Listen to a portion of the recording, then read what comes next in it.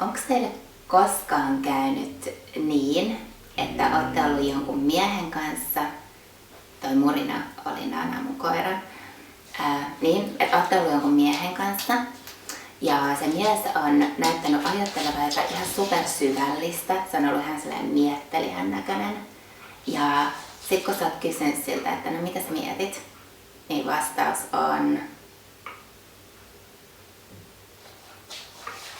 en mä miettinyt mitään. Ja sit sä oot ihan että ai just joo, dude, arvaa mitä kaikkea mä ehdin tässä miettiä, miten sä et miettinyt mua.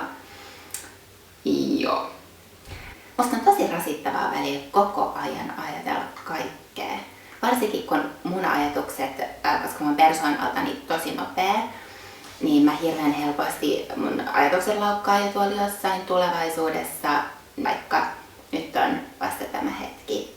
Ja mun on ihan turha miettiä mitään, että no mitäs ne mun duunijutut sit kuukauden päästä tai että mitäs sitten jos sit joskus 2 vuoden päästä mä haluaisinkin jotain muuta. Mutta just tämän takia mä oon aika pitkään jo yrittänyt opettaa itselleni hetkessä elämistä. Nimittäin jos pysähtyy ihan just tähän hetkeen, sä oot siellä, katot tätä joltain ruudulta, mä istun tässä sohvalla, juttelen tälle kameralle, tunnen itseni puoliksi vähän tyhmäksi. Ihan snadisti on huolissaan siitä, että toimiiko tämä nauhoitus. Sitten mä vähän mietin, että tuolla keittiössä olisi mua ruokaa odottamassa. Mut joo, tässä hetkessä, just tässä hetkessä tässä sohvalla, mulla ei ole mitään kauhean suuria huolia. Kaikki on oikeastaan tosi hyvin.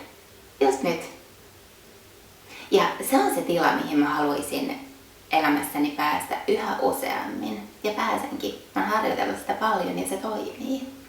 Kaikenlaista voi oppia, kun treenaa. Hetkessä elämiseen liittyy myös yksi toinen asia.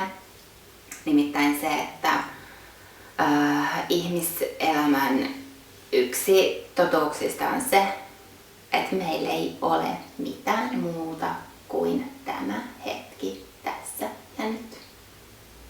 Mennyt meni, tuleva ei ole tullut. Ihan varmasti ei voi tietää, että tuleeko se myöskään.